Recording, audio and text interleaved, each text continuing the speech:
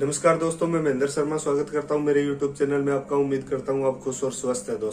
दोस्तों आइए दिखाते हैं आपको पाकिस्तान की एक डिबेट जिसमें कैसे भुखलाए हुए जफर हिलाली और कैसे अनर्गल नाप बातें कर रहा है।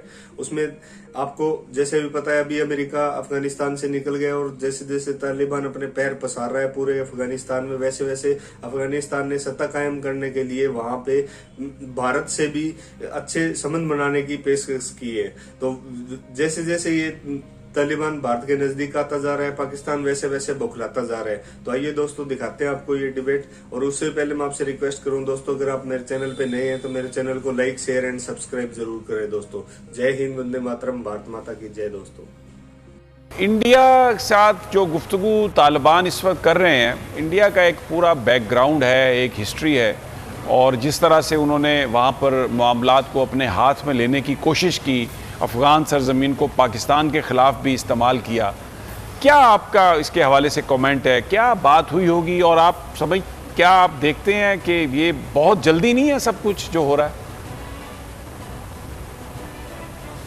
हाँ, बड़ा इंटरेस्टिंग सा इनका मामला है। मैं आपको ये बताना चाहता हूँ कि स्टानिज़ाई जो है, जिसके साथ दोहा का इंडियन एम्बेसडर जो दोहा है जिससे वो बात कर रहा है, ये 1980 में हिंदुस्तान जाके या ये पनाह लिया था या वो खुशी से गया है उधर काम करने के लिए। बहरहाल काफ़ी साल इसने हिंदुस्तान में गुजारे हैं, तो इसका मतलब ये है कि ये हिंदुस्तानियों को अच्छी तरीके से जानता है।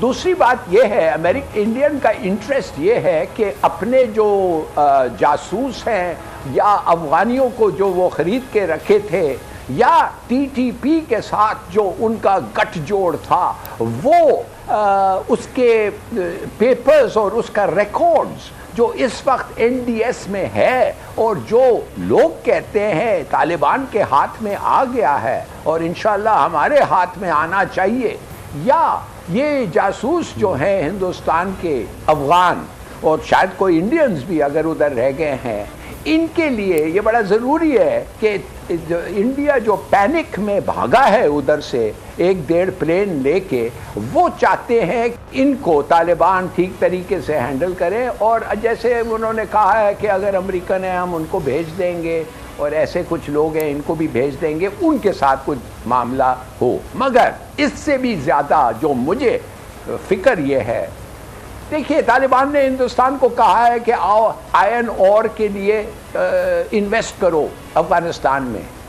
हिंदुस्तान चाहेगा कि उनका एक एक्सेस हो, एंट्री हो, और मेरी बात माने, एक दफ़े उनको एक्सेस और एंट्री मिल गया कि हम अपने लोग भेज सकते हैं आयरन ओर के तलाश में।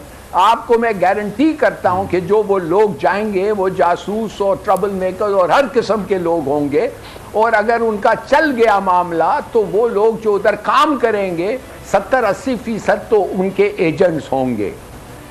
और एक और वरीसम बात है, उसके बाद इंडिया अब से प्रेशर डालने लग जाएगा तालिबान से कि भाई हम आपके साथ तिजारत करना चाहते हैं, आपके एक्सपोर्ट्स बढ़ेंगे, हम आपके अफगानिस्तान में इन्वेस्ट करना चाहते हैं, मगर एक शर्त पे कि हमें लैंड एक्सेस मिल जाए।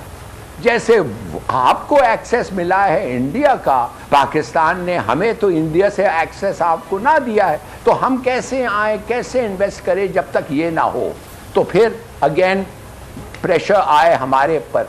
तो देखिए ये खेल अब शुरू हो गया है।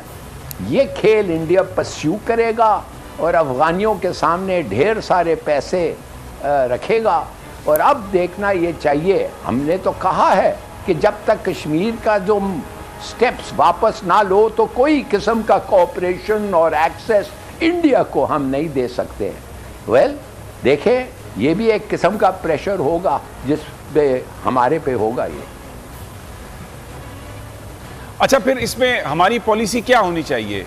हम अपने कार्ड्स कैसे प्ले करें? सीधी सादी बात यह है कि हिंदुस्तान ऐसा है कि जो मतलब है वो करे कश्मीर में। जो जिस किस्म के BLA और किस्म के टेररिस्ट को वो फाइनेंस करके पाकिस्तान भेजे फ्रॉम अफगानिस्तान, इसका मतलब ये है कि आप और अमेरिका गनी में फ़र्क क्या है मिस्टर तालिबान? فرق نہیں ہے نا. پھر آپ کہتے ہیں ان کو سب چیز دے دو, یہ ہمارے خلاف یہ کر رہے ہیں, اور جب ان کے لوگ آئیں گے آپ کے لیے کام کریں گے اور ادھر سے ان کے جاسوس پنپیں گے اور آئیں گے, آپ کہیں گے نہیں ہمارا اور آپ کا پھر یہ لڑائی ہوگی. کہ آپ کہیں گے نہیں یہ آئرن اور فیکٹری میں کام کر رہے ہیں. کیا یہ ایسا ہو سکتا ہے؟ You better make up your mind. ہم تو کسی صورت میں ان کو ایکسیس نہیں دیں گے جب تک انہوں نے جو انلیگیلٹیز کیا ہے کشمیر میں اس کو واپس نہ لیں. دس از اسٹیٹڈ پالیسی. تو معاف کریے, میں دیکھ رہا ہوں آلریڈی. دیکھیے 10-12 دن تو ہو گئے ہیں نا, 4-5 پاکستانی جوان افسر مارے گئے ہیں, افغانستان سے اٹیک ہوئے ہیں, افغانستان سے سنائپنگ ہوئی ہے, ابھی جو 2 لوگ مرے ہیں کل. تو اس کا معنی کیا؟ اچھا لوگ کہتے ہیں نہیں ان کو وقت دیں, ان کا ابھی تک کنٹرول نہیں ہو رہا. میں کہہ رہا ہوں وہ ایریاز تو ہر وقت طالبان کے کنٹرول میں تھے, وہ ایریاز گورنمنٹ کے کنٹرول میں پہلے بھی نہیں تھے. تو اس وقت کیوں نہیں انہوں نے کچھ کہا؟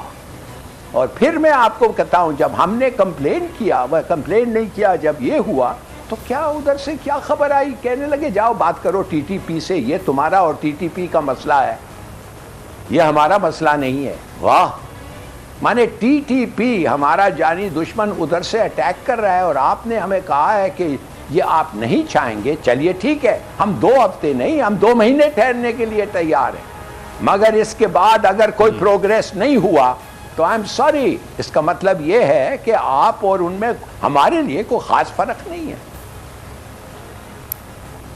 بڑی زبردست بات ہے آپ کی. الینا وٹ ڈو یو سے, آپ کے پاس کیا اطلاعات ہے, because you have been monitoring all this situation as well. Taliban جو ہیں وہ آنے والے دنوں میں دیکھتے ہیں کہ کیا ہوگا کیا نہیں ہوگا, لیکن ابھی یہ جو خبریں آ رہی تھی وہ یہ آ رہی تھی کہ ان کی عبوری حکومت تو بن گئی ہے. اب عبوری حکومت میں انہوں نے جو ذمہ داریاں دی ہیں وہ اپنے مین لوگوں کو ہی دی ہیں. تو ہم جو بات کرتے ہیں ایک مخلوط حکومت کے حوالے سے, وہ تو ہمیں فی الحال کہیں نظر نہیں آ رہی. تو میں چاہوں گی کہ ظفر ہلالی صاحب اگر اس پہ کامنٹ کرنا چاہیں تو پلیز.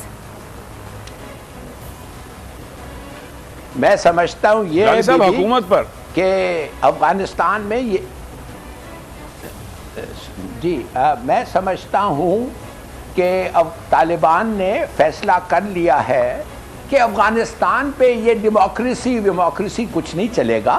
یہ کوئی ایرانین سٹائل گورنمنٹ چلے گا جس میں ان کا امیر جو ہے, جو سربراہ ہے, وہ سپریم لیڈر ہوگا اور اس کے نیچے کاؤنسل, پارلیمنٹ, مجلس جو بھی آپ کرتے ہیں, جرگہ جو بھی ہوگا, مگر اس کا جو ووٹ ہوگا, اس کا جو فیصلہ ہوگا, it will be the decision. جیسے اس وقت ایران میں ہے, اتھارٹیرین اسٹیٹ ہوگا, کوئی ڈیموکریسی نہیں ہوگا. اور اس لیے میں تو ان کے I support them, اس لیے کہ کیا ڈیموکریسی ہوگا. ڈیموکریسی کیا ادھر چل گیا ہے, کیا ہندوستان میں چل رہا ہے؟ اس وقت ہندوستان میں 50% لوگ جو بیٹھے ہوئے ہیں ان کے خلاف پارلیمنٹ میں, ان کے خلاف کرمنل چارجز ہیں.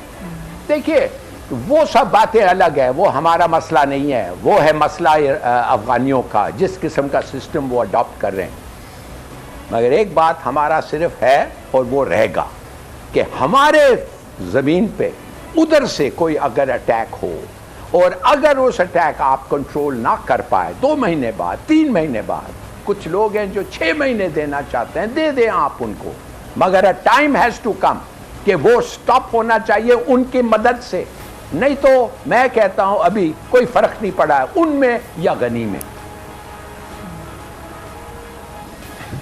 بڑی آپ نے یہ امپورٹنٹ بات کہی ہے, کیونکہ جو میں بھی دیکھ رہا تھا جو لسٹ آ رہی ہے جس میں لوگوں کو جو بنایا جا رہا ہے, دیے جا رہے ہیں, اس میں وزارت داخلہ جو ہے وہ سراج الدین حقانی صاحب کو دیے جانے کا امکان ہے.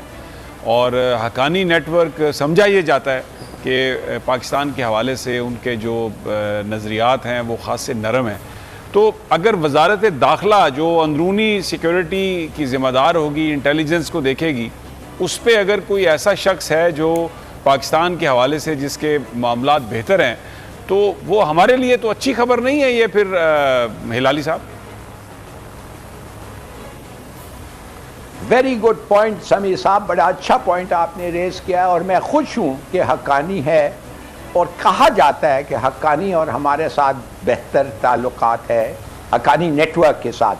یہ ایک Haqqani whether he is the man responsible, पता नहीं, लगता ऐसा है। तो अगर वो बात करेगा टीटीपी से ना, वो टीटीपी से बात करके कहेगा इट डज नॉट सूट अस, अफगानिस्तान को सूट नहीं करता है इस वक्त के तुम पाकिस्तान पे जाके करो, तुम मत करो, ठीक है, मगर वो फिर भी करेंगे।